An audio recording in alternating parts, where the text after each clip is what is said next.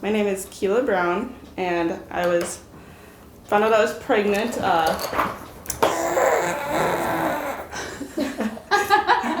had a pretty good pregnancy, but had the morning sickness, all the typicals. Around 34 weeks, I started having high blood pressure.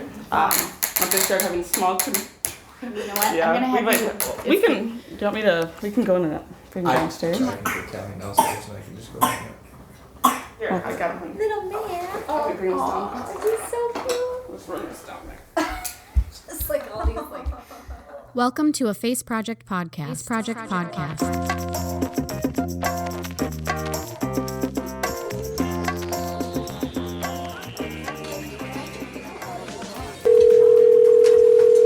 Hello? It's just pure life. It's pure And my innocence. mom it's is a pure writer. My gratitude. So I ended up in America. I am an adopted because Korean and have been all my life. It's a perfect blend of science and creativity. I was screaming, I will live over here till I die.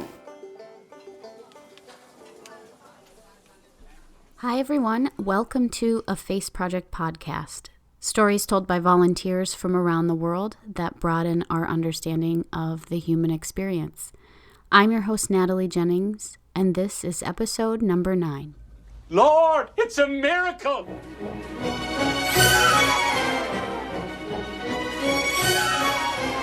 Wonder of wonders, miracle of miracles. It's a miracle!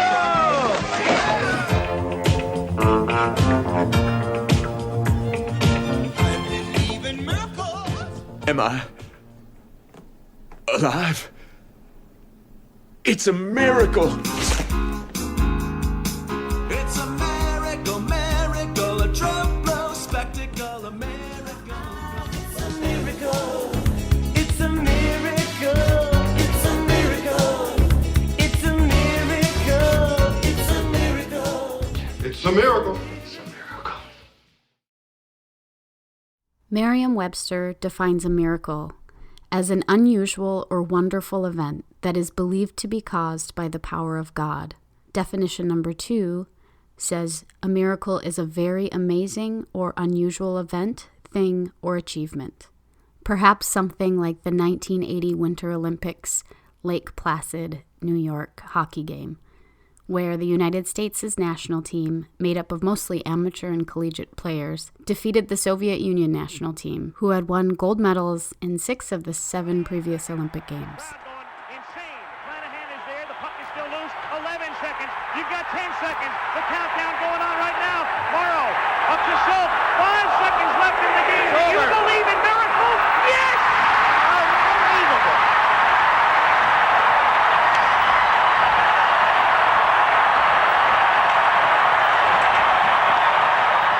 Wikipedia defines a miracle as an event not explicable by natural or scientific laws. With this definition in mind, probably the most well-known example of a miracle is Our Lady of Akita in Akita, Japan. The story goes that in 1973, a Virgin Mary statue in a church in Akita began to weep tears after a deaf nun named Sister Agnes Sasagawa claimed to see a guardian angel. Reports of stigmata and weeping from the statue continued for 6 years on 101 occasions. Sister Agnes even regained her hearing 10 years later.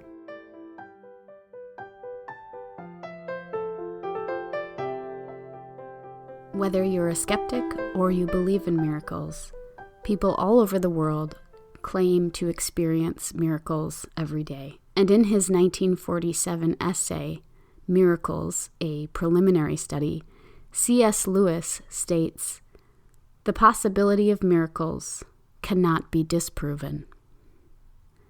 And I think that's a good place to start off this week's story. This week, our storyteller Keela tells us about a miracle that she and her husband experienced a few years ago. Before we hear Keela's story, I thought I'd take the idea of miracles to the public and see what they had to say. The question this time was, have you ever experienced a miracle or something you thought was a miracle?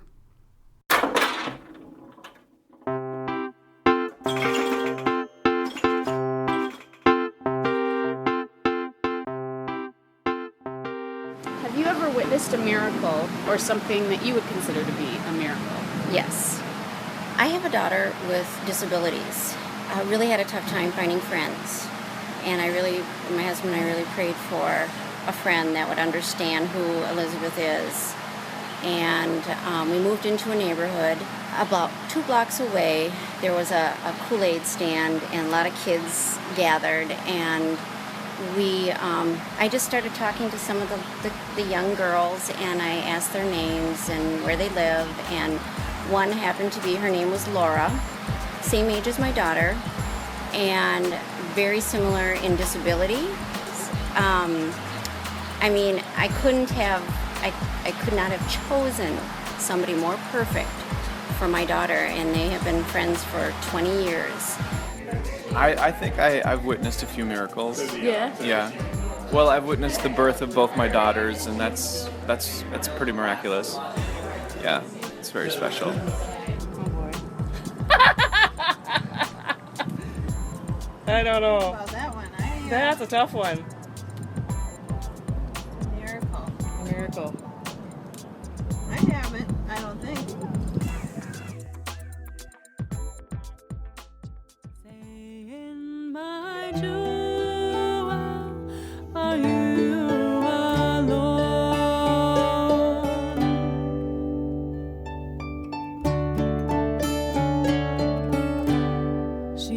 So at 37 weeks, we went in for the ultrasound, and we were there for 3 days trying to become dilated. It took a little bit of a process, and once I started having small contractions, his heart rate started dropping. They ended up deciding to do an emergency C-section in the morning. They did the C-section, and I didn't really know what was going on because you can't see because you have the big screen ahead of you. But normally they would bring him around the screen, and I'd be able to see him, but they didn't do that, and they just left, and I told my husband to go with them because he wanted to know if he should stay with me or not. I told him to go with, and they started repairing me from the C-section and brought me into another room to recover. I was wondering why they didn't show him to me or bring him up to me. And then a doctor came down and told me that he was having a tough time breathing and his heart rate was low. So they're just doing what they could at the moment.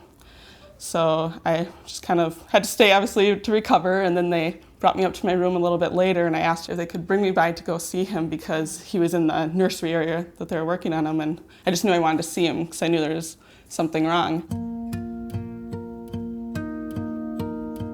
They said that my numbness needed to wear off a little bit for my C-section. I felt I was a little bit groggy, a little bit out of it, but I still knew what was going on. During that time, I was still waiting to go see him, and finally the doctor came to my room and said that they were deciding then whether they were going to keep him at the hospital by our town in Wyoming, or if they're going to transfer him to the NICU at Amplatz, the University of Minnesota. And I knew then that they had decided to send him to the NICU and that the NICU team was coming to pick him up. And I knew that he was going to be leaving and I couldn't go with him right away. Well, I think it was 4 or 5 hours after he was born, the NICU team had gotten there and they were working on him, putting IVs in, and they were sedating him. And I kept asking still to go see, and everyone said that I could other than my one nurse. And she said, nope, I'm not letting her go. So she wouldn't allow it, and she said, well, hopefully they'll come down and show him to you before they leave. They finally wheeled him down to me, but he was in an incubator, and they got to push it up to my bedside, and I got to hold his hand for a minute, but then they had to leave, and it was an amazing moment to be able to see him, but I just was so sad I couldn't see him awake and Hold him. Yeah, or anything like that because they had to leave.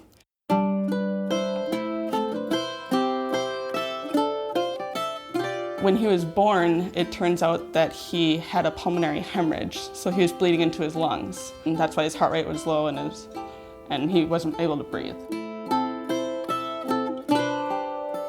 One doctor came in and said she really didn't have a very good outlook on it and said it was very uncommon to happen. Slowly and sadly I strayed by the river. The next morning, they let me leave, even after just having a C-section the morning before. I got to Amplatz, and we saw him there. He was in his little NICU space, and he was definitely fighting for his life, and they were just trying to keep him stable. My husband and I found out that he was in such serious condition that they were going to give us a room at the hospital to stay. You can't stay in the NICU with him because he's in with other babies. So basically the first week and a half was just trying to keep him stable. You'd have days where finally they'd get his heart rate to stay, his oxygen to stay. He was still intubated and sedated and paralyzed. So if he moved or did anything like that, it would raise his heart rate and it would make him a lot more unhappy just because he's so uncomfortable. So that's why they have him sedated and paralyzed. After about a week and a half of ups and downs, we got a call from the doctor in our room that something had happened, that his lung had collapsed. So they said at that moment they would be putting a tube into his lungs to let out the air and the liquid in there to then help to reinflate his lung. So they did that. We had to rush down and give him our consent, sign a paper that they could do that. And they did the surgery. He did well. He was still, sedated and paralyzed after. Went back to bed in the next morning. When we got up, his lung was still bad, so they decided to put in another tube to try to help it. So we had 2 lung tubes in. Then later that afternoon, he just wasn't getting better, so they called in a specialist doctor, and he came in and said they wanted to put in another tube, but it would be a bigger one. And they always talk about this chance of ECMO, and if it was to happen, it would be a very serious thing. And if they chose to do that, it would be either he'd be able to live or he'd pass because they couldn't do anything more for him. ECMO is kind of an acronym for heart and lung bypass. It's kind of their last resort if they're unable to do anything more for his respiratory system because it was failing. ECMO would just give his heart and lungs a break, and a machine would run as his heart and lung. So in that time, that would give them time to figure out what was making him so sick, because there's nothing more they could do, and it would pretty much give them a chance. So when he was 13 days old, we got the call then that they were going to put him on ECMO that morning.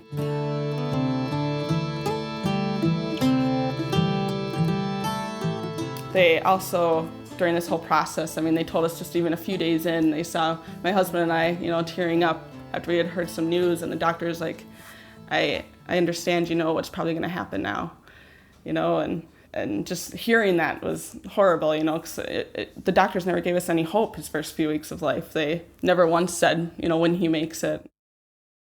One doctor had told us, if we're doing too much, just let us know and we'll let him go.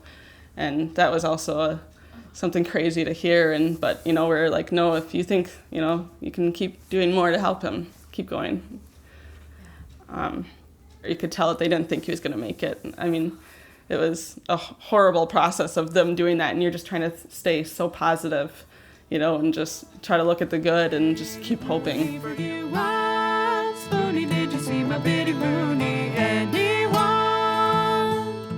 The next day, they were able to turn off his paralysis medicine for a little bit, and when my husband and I got down, we got to see him open his eyes for the first time. It was a pretty amazing thing. He just looked right at me and my husband, and we got to see him for a little while until they had to put his paralysis medicine back on because they don't want him to be moving too much.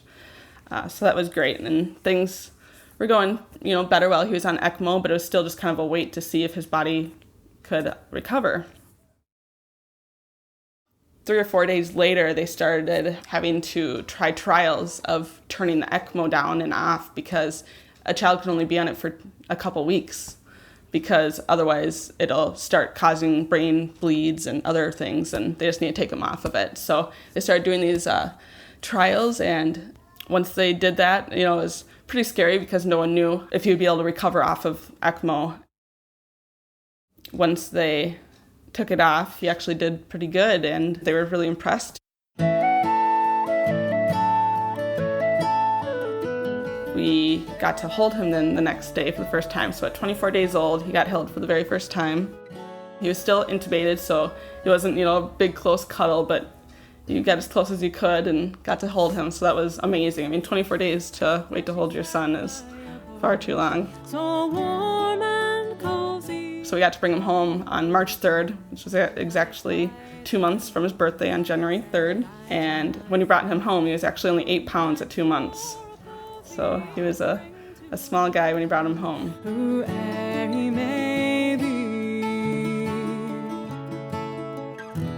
During the first couple weeks, he just had just nutrients through an IV, and then eventually they put a tube through his down his throat or in his nose to feed milk that way. So since I was unable to breastfeed him, I had to pump, and so I was pumping every 2-3 hours to keep my flow up, so that in hopes that one day when he was able to eat that I could feed him. And I kept that going and was lucky with a good flow.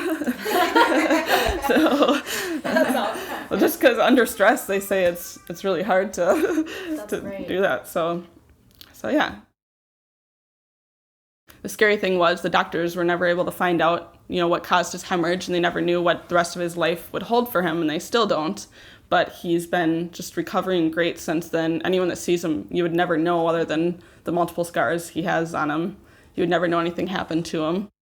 We go into the doctor quite often, and they always do another x-ray to check his lungs, and they're still recovering. They still don't look like a normal lung, but he doesn't show any sign of it affecting him.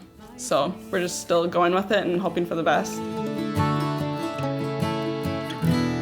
Oh, she says While he was sick in the NICU, we were getting so many people, wanting to know what was happening, which was great, and lots of calls and texts of people wanting to know how he was, but there's just so much to handle in the NICU that I found the website Caring Bridge, which is a website for people that are sick that you can just keep people updated with. So I started writing in Caring Bridge for Calian every night or during the day, so that people could be updated with what was going on.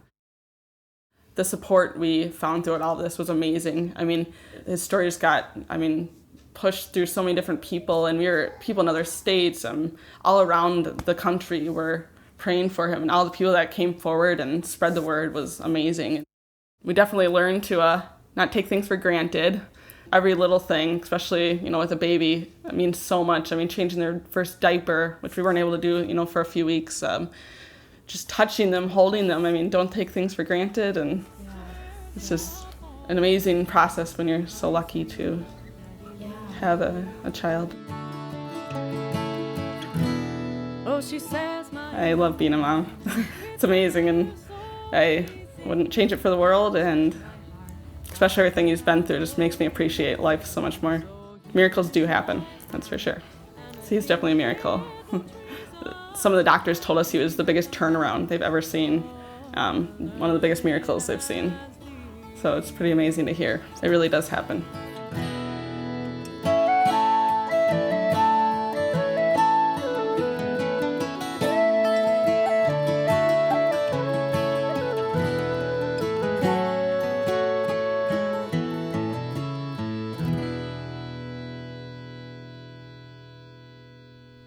Thanks for tuning in, everybody. Just a reminder, if you'd like to see photographs of Keela and Calian, head on over to our website, afaceproject.com, and look under the podcast menu.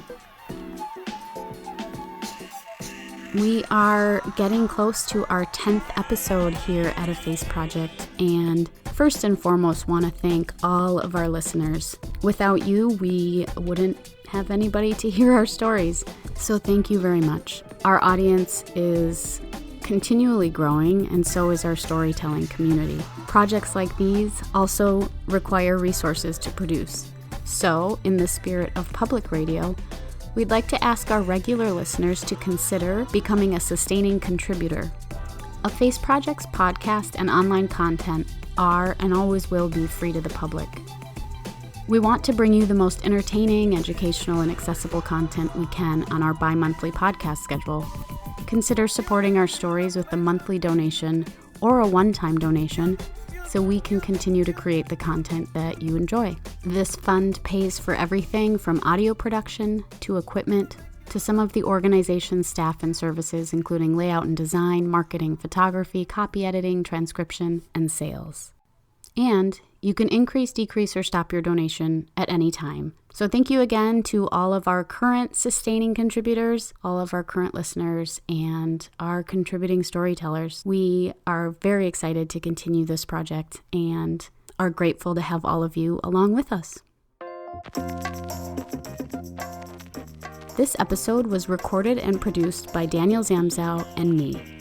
The music you heard in today's story was by Nora Rendell. Web layout and design by Aaron Woods. Photography by Natalie Jennings. If you'd like to hear more of Nora's music, or you'd like to learn more about Caring Bridge, head over to our website, afaceproject.com. Look under the podcast menu, search for episode number 9, and there you'll find a number of links and resources that you can check out. Thank you for tuning in. We'll be back with our next story in a couple of weeks.